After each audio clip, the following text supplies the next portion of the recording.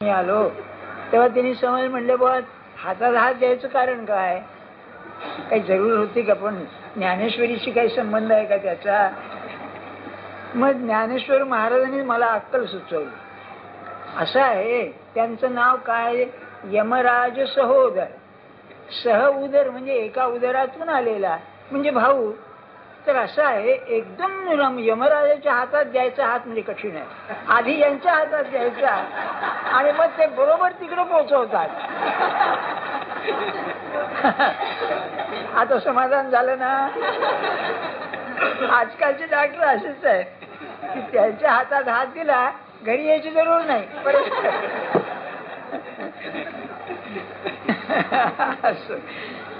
तेव्हा आपला विषय 9व्या अध्यायाचा चाललाय ना. याच काय महत्व आहे बघा. हा वेदांतामध्ये अतिशय महत्वाचा विषय आहे. परमात्मा साकार आहे का निराकार आहे, सगुण आहे का निर्गुण आहे, आणि सगळा भर असेल या वेदांत्यांचा तर तो निर्गुणावरती आहे. बरं, ही गोष्ट खरी आहे. इंग्लिशमध्ये तत्वज्ञानामध्ये हा प्रश्न अनुत्तरित आहे. कारण बघा, त्याची भाषा सांगतो. हा जो निर्गुण आहे ना, याला ऍब्सोल्यूट असं म्हणतात, ए कॅपिटल. तो कसा आहे ऍब्सोल्यूट, युनिव्हर्सल आहे. युनिव्हर्सल म्हणजे सार्वत्रिक आहे, सर्वव्यापी आहे, अव्यक्त आहे. आणि हा जो पर्टिक्युलर म्हणून आहे, ज्याला विशेष म्हणतात आपल्याकडे, हा सगुण आहे, साकार आहे, स्थलकालानिमित्ताने बांधलेला आहे. जर तो खरा असेल तर हा खरा कसा, हे नाही. बरं, एकीकडे तुम्ही म्हणता सर्व ठिकाणी रियालिटी म्हणजे परमात्मा आहे. तुमचं जे निर्गुण स्वरूप आहे ते सर्व त्याच्याशिवाय नाहीच काही. असं जर आहे तर मग हे सगुण त्याच्यातच असलं पाहिजे ना. नव्हे, त्याच्यात नव्हे, त्याचं बनलेलं असलं पाहिजे. बरं का. आणि हा प्रश्न वेदांत म्हणून डोकं पिकेल त्यांचं, पण भक्ताला हा प्रश्न येत नाही. आणि ते उत्तर ज्ञानेश्वर महाराजांनी 9व्या अध्यायात दिलेलं आहे. बरं का. एक त्यांचा अभंग आहे, एकच ओळ सांगतो आपल्याला. सगुण निर्गुण दोन्ही विलक्षण, ब्रह्म सनातन विठ्ठल हा सुरेख वर्णन आहे. तुझं सगुण म्हणो की निर्गुण रे, सगुण निर्गुण एक गोविंद रे, त्यांना भेद नाही. की ते परमात्म्याचं सगुण स्वरूप असून निर्गुण असतात. आपल्याला मी सांगितलं ना, त्याचं मग तंत्रही सांगतो 9व्या अध्यायात. ते काय आहे हा आपण ध्यानात ठेवा. ज्ञानेश्वर महाराजांचे अभंग आणि ज्ञानेश्वरी म्हणजे अनुभव, दुसरं काही नाही. अनुभव अनुभव अनुभव. किती अनुभव घेईल मनुष्य. मी तुम्हाला सांगितलं ना, माझ्या वाचनामध्ये एक अरविंद घोष एवढ्या अनुभवाची श्रीमंती मिरवणारे आहेत. बाकीचे असतील त्यांनी लिहून ठेवलं नसेल, पण Dnyaneshwar Maharaj number 1, first class, first नाही डिस्टिंक्शन. आणि त्यांच्या जवळ येणारे अरविंद. तुम्ही म्हणाल हो तुम्ही कसं काय ठरवता, जे उपलब्ध आहे वाङ्मय त्यावर. बरं, अनुभव अनुभव म्हणजे काय, कमल सांगू का आपल्याला. त्या ज्ञानाची आपल्याला कल्पनाच नाही. आपण की नाही कोणाकडून ऐकलेलं, पुस्तकं वाचलेलं किंवा स्वतः पाहिलेलं, बरं का, इंद्रियांच्या हे आपल्याला ज्ञान वाटतं. अरे ज्ञान नव्हे, ज्ञानाचा आजोबा जो परमात्मा, तो ज्यांच्या अंतःकरणात स्थिर झाला ते ज्ञान खरं आहे. बरं. आणि तुम्हाला सांगू का, माझं एक मत आपण ध्यानात ठेवा. कृपा कृपा कृपा अशी म्हणतो आपण जगावर, बरं का. त्याच्या गुरुकृपा गुरुकृपा. अरे तुम्हाला सांगू का, देहामध्ये असा ज्ञानी पुरुष भेटणं आणि त्याने आपल्याला आपलं म्हणणं, याच्यासाठी कृपा नाही. ध्यानात ठेवा. आपण हे माझं मत आहे. किती वेदांत वाचाल, किती साधन कराल, काय त्याला किंमत आहे. एक गुरु भेटावा, तो ज्ञानी, बस. ईश्वराची कृपेचा वर्षाव आहे तुमच्यावर, जन्मजन्म तुम्हाला सांभाळी. असं काय करता, त्याच्या चरणी लीन झालं पाहिजे मात्र.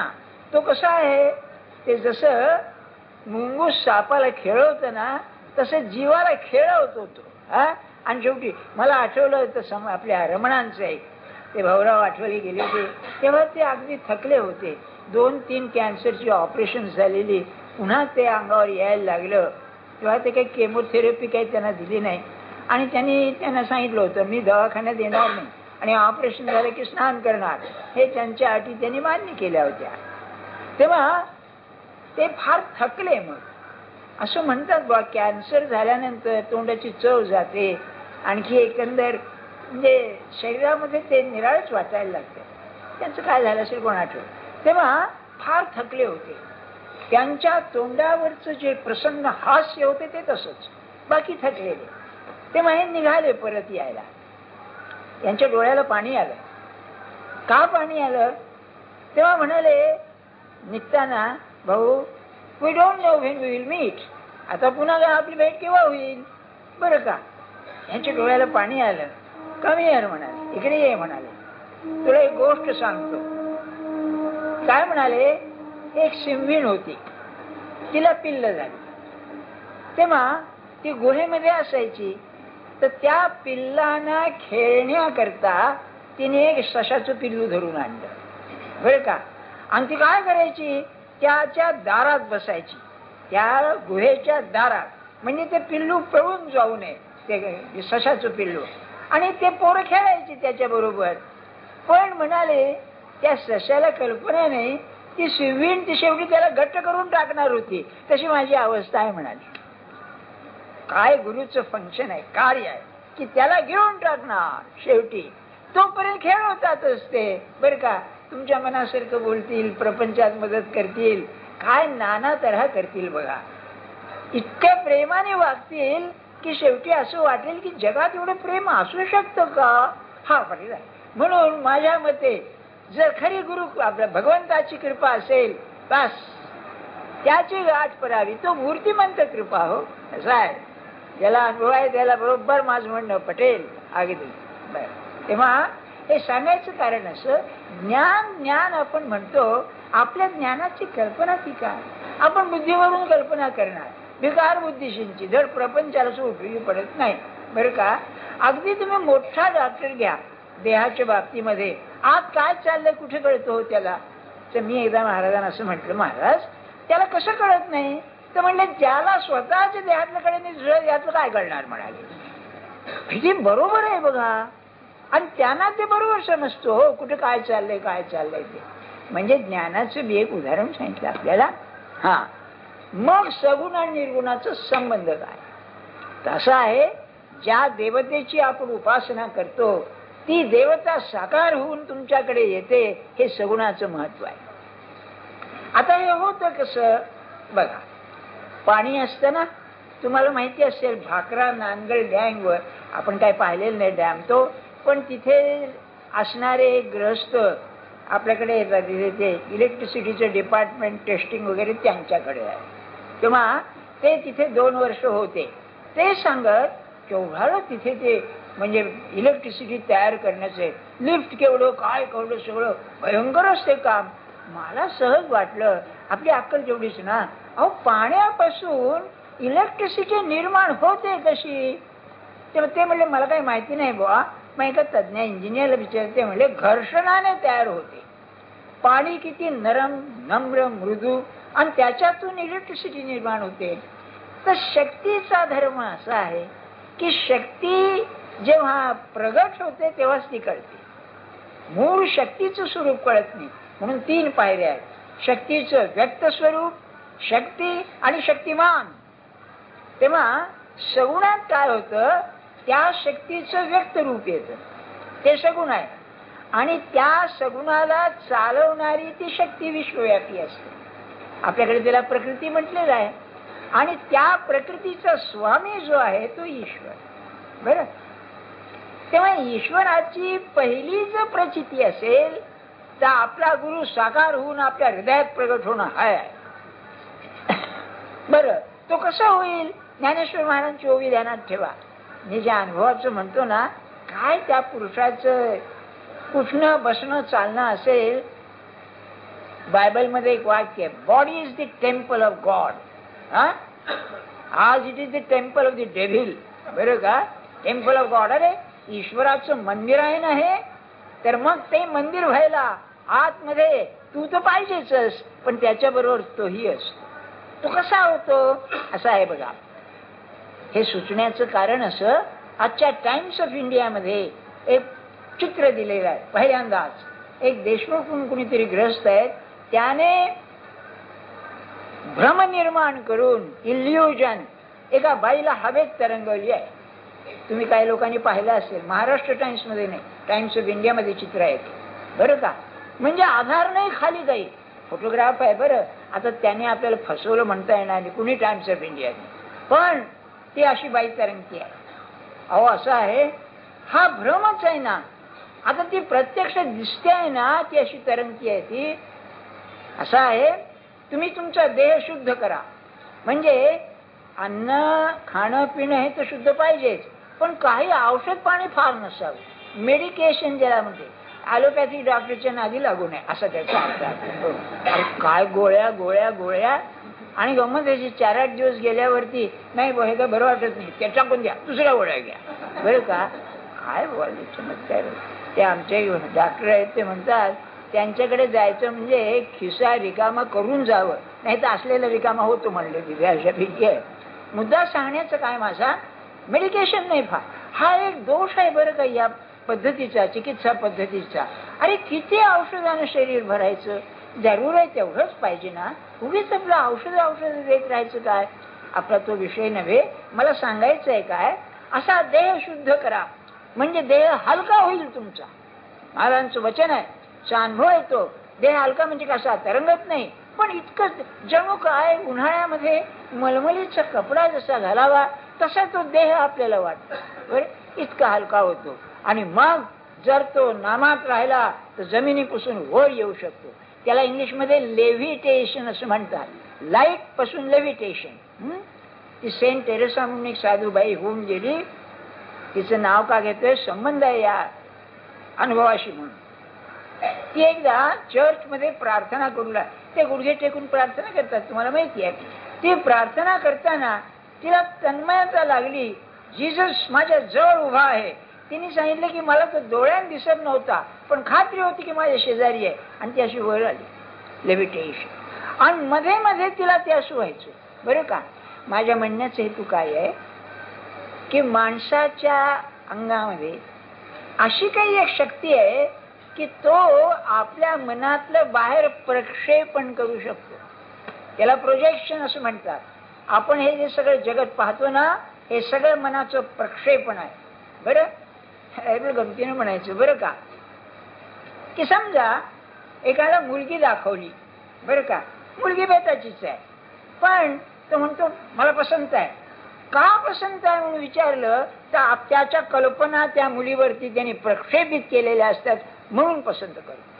ते असं आहे, ते येऊ आहे, ते तेव्हा आहे. अरे अहो, एका मुलाने सांगितलं त्या पोरीच्या गालावर काळा तीळ होता. हे सौंदर्याचं लक्षण समजून पसंत केली ते. वा, नाही का. मग काळे 4 डाग पडले तर अधिक सुंदर दिसायला पाहिजे. मग काय किती प्रक्षेपण. मनुष्य आला तुमच्याकडे, आपण त्याची कल्पना करतो, हा असा आहे तो तसा आहे, सगळं प्रक्षेपण आहे.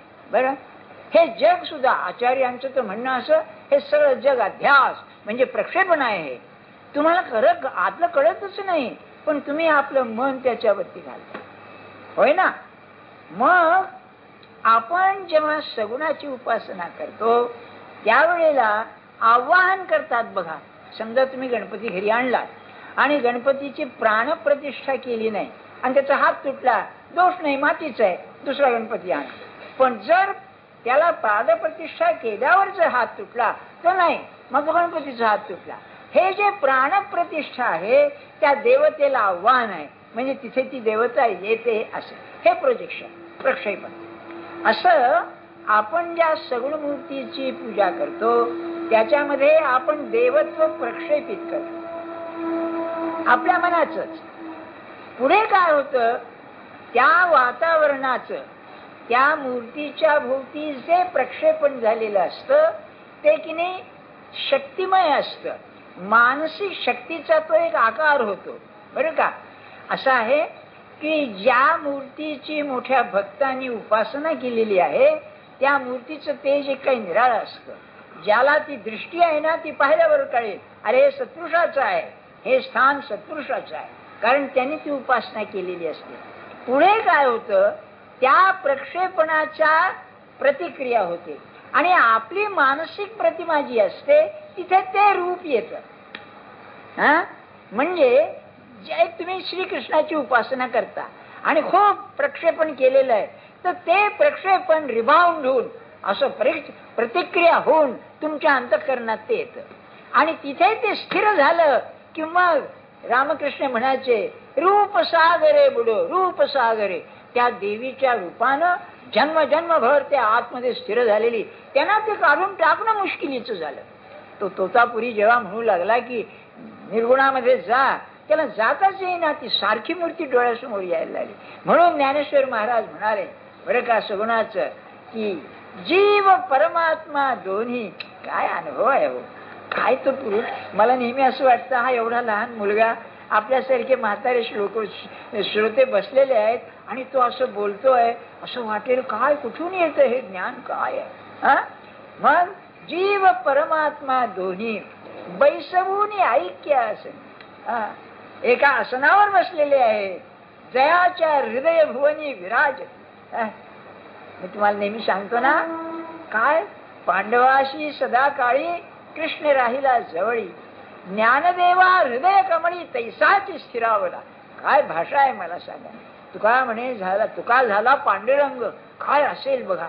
म्हणजे देहाने नाही, आतमध्ये सूक्ष्म देह तो तद्रूपच होऊन जातो. काय असेल नाही का, कसा विलक्षण आहे. त्याचा विषय सगळ्या नव्या अध्यायात. आणि त्या लोकांचं म्हणणं असं आहे, निर्गुणच काय, निर्गुणच आहे. पण म्हणले हा जो सगुण उपासनेचा आनंद आहे हा परमानंद आहे, असं त्यांचं म्हणणं आहे. बा जगातले सगळे आनंद व्यर्थ आहेत. माझे गुरु माझ्या अंतःकरणात आहेत. किती आहेत. मी चाललो तर माझे गुरु चालत आहेत, मी जेवलो तर माझे गुरु जेवत आहेत, मी बोललो तर माझा गुरु बोलतोय, मी काम करतोय तर माझा गुरु काम करतोय. म्हणजे मग हृदय मंदिर झालं बरोबर शरीर. आणि हा विषय सगळ्यांना अध्यायात आहे. हे मी का सांगतो आपल्याला सगळ्याला, हे प्रोजेक्शन आपल्यामध्ये आहेच. अगदी आता बघा, एखादा डॉक्टर आहे आणि पेशंट आला, आपलं ज्ञान तो प्रक्षेपित करतो त्यावर लक्षणं पाहून, अमक असावं. ज्याला स्फूर्ती आहे, अंतस्फूर्ती इंट्युएशन, त्याला बरोबर ठरतं, त्याला बरोबर ठरत नाही. बरोबर ठरत नाही, आज चाकू कात्र्या राहतात ऑपरेशन करून, असले चक्रम लोक असतात. काय अरे यांना काय म्हणायचं कळत नाही. किंवा उजव्या पायावर ऑपरेशन करायचे, डाव्या पायावर करून टाकत नाही. पेपर मध्ये आलेल्या गोष्टी आहेत ना, मागे नाही. आता कान बिन तोडतात की नाही माहिती नाही, डाव्या उजव्या कान, हा पाय तो कान तोडा, दोन आहेत तुला, हे काय करायचे दोन, म्हणून आपले तोडला एक कान म्हणणे. अरे वा डॉक्टर काय. मला क्षमा करा, सहज आठवलं आपलं, पूर्वीच्या काळी भारतामध्ये नापित लोक असत हजाम, ते ऑपरेशन करायचे म्हणे. आता त्यांची सुधारलेली आवृत्ती आहे की काय कोणाला ठेवला.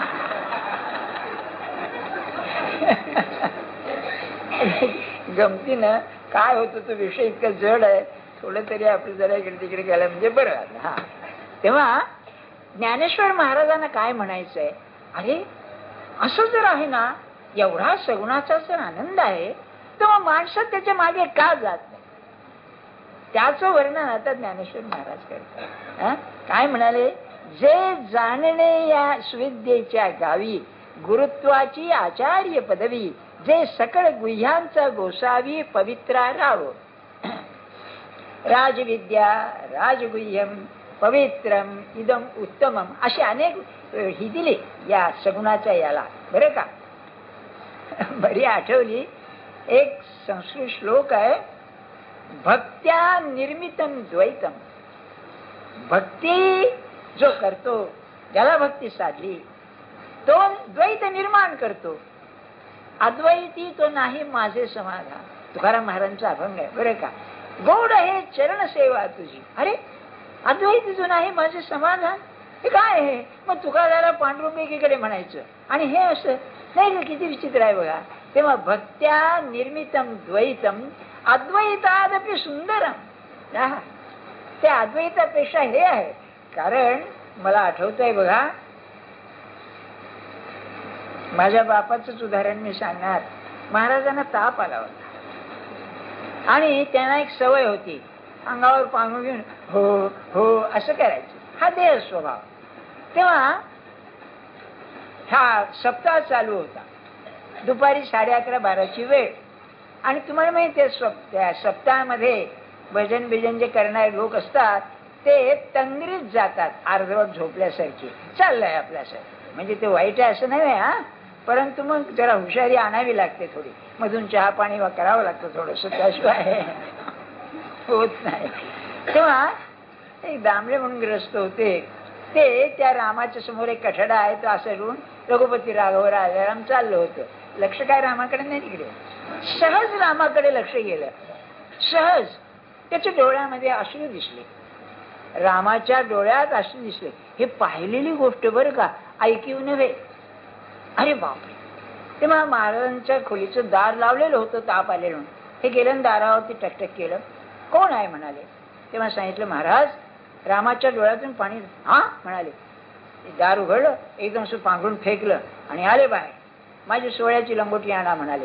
त्या काळच्या पद्धतीप्रमाणे ते सोहळं पाळत आणा म्हणाले. आणखी हातामध्ये रुमाल होता. मला सांगायचे ते आहे पुढे.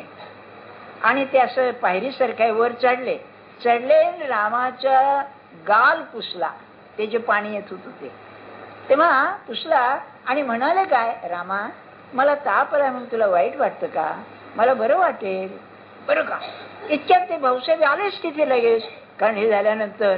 तेव्हा याने आपला फ्रंट बदलला. भाऊसाहेब तुम्ही इंजिनियर आहात, बघा म्हणले आतून कुठून पाणी बिणी येत आहे का बरं का. ऐकण्यासारखं आहे. आणि ते लगेच मग ते गंधबिंदे लावलेलं रामाच्या गालाला ते पुसलं सगळं. आणखी आता म्हणले यांना दुधाचा अभिषेक करा बरं का. ते झालं. त्यांना भाऊसाहेबने विचारलं, हे कसं होतं? ते म्हणाले, यात काय कठीण आहे भाऊसाहेब, जितका मी जिवंत आहे तितका मी ज्याची पूजा करतो तो जिवंत आहे असं म्हटलं तर तो बरोबर म्हणले. त्याचे भाव, मानवी भाव सगळे तिथे. हे प्रोजेक्शन, आपण निर्माण केलेली मूर्ती, आपण ते प्रक्षेपण केलेलं, पण त्यात काय असतं बघा नव्हे. आमच्या मानसशास्त्रामध्ये असं वर्णन आहे की जो मंदबुद्धीचा मुलगा आहे त्याला जर प्रक्षेपण केलं तर तो चांगल्या बुद्धीचा होतो. काय आहे बघा, म्हणजे शक्तीचा परिणाम. तुम्ही नाव ऐकलं असेल युरी केलर म्हणून इस्रायली मनुष्य आहे, त्याच्या अंगी अशी शक्ती आहे. परमार्थ काही नाही बरं का, इस्रायली आहे तो, की टेबलावरती चाकू कात्र्या ठेवलेला आहे, तो नजर लावली तर तो वाकवतो. सबल म्हणजे उर्दू शब्द आहे, पहार. पहार असते ना, नजरेनं पहार वाकवतो. काय शक्ती आहे मला सांगा. काय होतंय, आपण आपली शक्ती अतिशय वाया घालवतो पाहण्याने, ऐकण्याने, बोलण्याने. सगळ्यात जास्त पाहण्याने बोलण्याने अतिशय खर्च होतो. बर, ही शक्ती कशी आहे तर ही वासनात्मक आहे. वासना अमुक आणि तमुक असं नाही, ती शक्ती आहे अपूर्णाला पूर्ण करण्याची धडपड म्हणजे वासना. मला काहीतरी कमी आहे, हे मी अपूर्ण आहे हे वाटणं म्हणजेच वासना. मग ती रूप काही घेईल, ती शक्ती आहे बघा. तेव्हा काय होतं की तुम्ही ती वासना वापरली म्हणजे इंद्रियांच्या द्वारा तुम्ही ती वापरता, पण मूळ शक्ती एकच. तेव्हा तिला आपण जर भगवंताकडे वळवली, आपण केंद्रित केली, आपल्या जिथे श्रद्धा आहे त्या ठिकाणी त्याला शरण जाणं असं म्हणतात बरं, की तुझ्या इच्छेने काय व्हायचं आहे ते होऊ दे. आणि माझ्या मते सगळ्यामध्ये जर महत्वाची गोष्ट असेल तर ही वासना तिथे देणं आहे. सहज आठवलं, वजे बुवाचं एक रेकॉर्ड आहे तिलक कामोदचं, तीर्थ को सब करे, देवपूजा करे, वासना ना मरे, कैसी आहे भवतरे. बरोबर आहे ना, तिलक कामोद मध्येच आहे. आम्ही ते प्रत्यक्ष गाणं ऐकलेलं आहे. काय म्हणायचे हो ठसक्याने, त्यांच्या गाण्यात गोडी कमी असू दे पण काय परिणाम करून जायचं बघा. अगदी असं सांगण्याचं हेतू काय की वासना ना मरे, ती मरण्याचा उपाय असेल तर दिले तुला. बरं देऊन काय देणार आपण, नाही का. तुम्ही आपल्या गुरुला देताना काय देऊन देणार हो, पैशाची वासना ना, पैसा तुच्छ करतो, मानाची वासना तुच्छ करतो, तेच देणार की नाही त्याला. ते असं आहे, त्याचं पचन एवढं जबरदस्त असतं, काही तुम्ही त्याला द्या पचून पुन्हा काही नाही अशी शक्ती असते. आणि त्यांनीच लोकसंग्रहाच्या भानगडीत पडावं बरं का. नाही तर आज गादीवर बुवाच्या, उद्या पिशवी भाजीची पिशवी घेऊन बाजारात, अशी अवस्था होईल. शक्तिपात होतो ना सगळा. सांगण्याचा हेतू काय आपल्याला, तर ही वासना जी आहे ती अतिशय तरल आहे. जसं पाण्याच्या घर्षणाने वीज निर्माण होते, तसं ही वासना भगवंताकडे लावली की तेज निर्माण करते. आणि सगळा परमार्थ तिथे आहे. बरं, वासना नाहीशी करायचं जरूर काय आहे, तिला वळवलं पाहिजे. ती भगवंताकडे वळली की मग त्याला एक तेजच येते, यात शंका नाही. बरं, पुढे असं होतं की त्याला वासना करावी लागत नाही, परमात्मा त्याची वासना पुरवतो. माझी अक्कल नाही. काय आहे, ज्ञानेश्वर महाराजांनी आपल्या ग्रंथाच्या आरंभी पहिल्यांदा आत्मस्वरूपाला वर्णन, नंतर गणपतीला वर्णन केलं, नंतर शारदेला वर्णन केलं, नंतर गुरुला वर्णन. तेव्हा गुरुला वर्णन करताना म्हणाले, अभिलषित मनोरुची पुरवितातो. तुम्ही ज्याची अभिलाषा करावी ती तो पूर्ण करतो. माझ्या मनात आलं म्हणजे प्रपंचाचं पूर्ण करतो. आलंच की नाही. आपली अक्कल किती हो, नाही का. तर म्हणलं गुरु आपल्या इच्छा पूर्ण करतो कसं, पण हे का खरं दिसत नाही. महाराजांनी विचारलं, बरोबर आहे म्हणाले.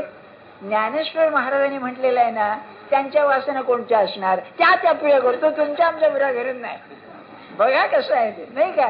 नाही तर माझ्या मुलीला चांगला नवरा मिळू दे, गाडी असणारा, अपघात असणारा, धबका असणारा, ही इच्छा काही निदान ज्ञानेश्वरी तसा अर्थ नाही.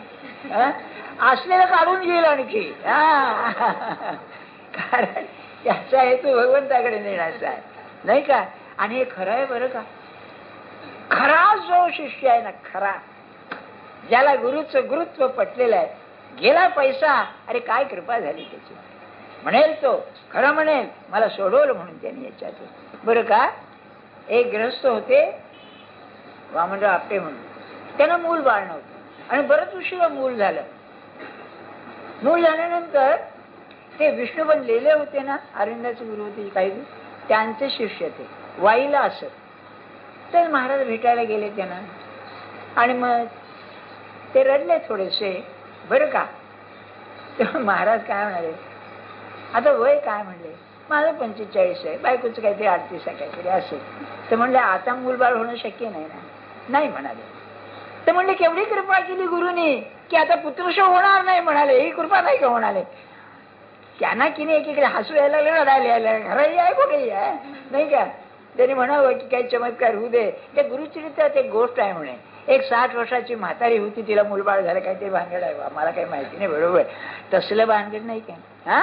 मला म्हणायचंय काय आपल्याला की कृपा ही अशी आहे. बरं, तेव्हा सगुणाची उपासना अशी करावी की त्यालाही वाटलं पाहिजे की माझ्या भक्ताला भेटावं जा. ते शास्त्र अतिशय पवित्र आहे. मला पवित्र शब्दावरून आठवलं, तो देह किती पवित्र, ज्या देहामध्ये ते ज्ञान राहतं तो देह सुद्धा किती पवित्र आहे मला सांगा. आणि आपण काय करावं ते मला सुचवायचंय मगापासून, की त्या गुरुची अशी उपासना करावी. प्रोजेक्शन, की रात्रंदिवस त्याचं चित्र म्हणा, त्याची मूर्ती म्हणा, माझ्या हृदयात ठसेल सारखं त्याचं चिंतन. त्याचं जे ज्ञान आहे ते तुम्हाला येईल. तुमच्या हृदयामध्ये तेच येऊन स्थिर झालं, जीव परमात्मा दोन्ही, तुम्ही आणि तुमचे गुरु, तर तुमचं शरीर त्याचं साधन बनेल. तो वाटेल ते करून घेईल त्या देहाकडून. बरं, इतकं ते सामर्थ्य त्यामध्ये आहे. पुढे म्हणाले, धर्माचे निजधाम. धर्म आपण जो म्हणतो सगळा धर्म म्हणजे रिलिजियन. बरं का. त्याचं खरं राहतं घर असेल तर हा परमार्थ आहे. तेवीच उत्तमाची उत्तम, जे येता जया नाही काम जन्मांतराचे. म्हणजे आपल्याकडे ही कल्पना आहे ना, पुनरपि जननम पुनरपि मरणम पुनरपि जननी जठरे शयनम असं म्हणतात ना. त्याचा अर्थ हाच आहे. एक नाही म्हणजे चमत्कार नाही. 1200 वर्षापूर्वी शंकराचार्यांनी सांगितलं. 1200 म्हणायचं, आणखी म्हणा तुम्ही, 1000 शेकडो वर्षापूर्वी. समजा कल्पना कर बरं का आपण, आणि काही वाईट नाही, आपण गेलो आणि पुन्हा मुंबईत जन्माला आलो. बरं का. मुंबईचं प्रेम आहे आपल्याला. आता त्या ब्लॉक मध्ये तुम्ही याल का नाही कोणाला ठाऊक. बरं का. त्याला सांगताय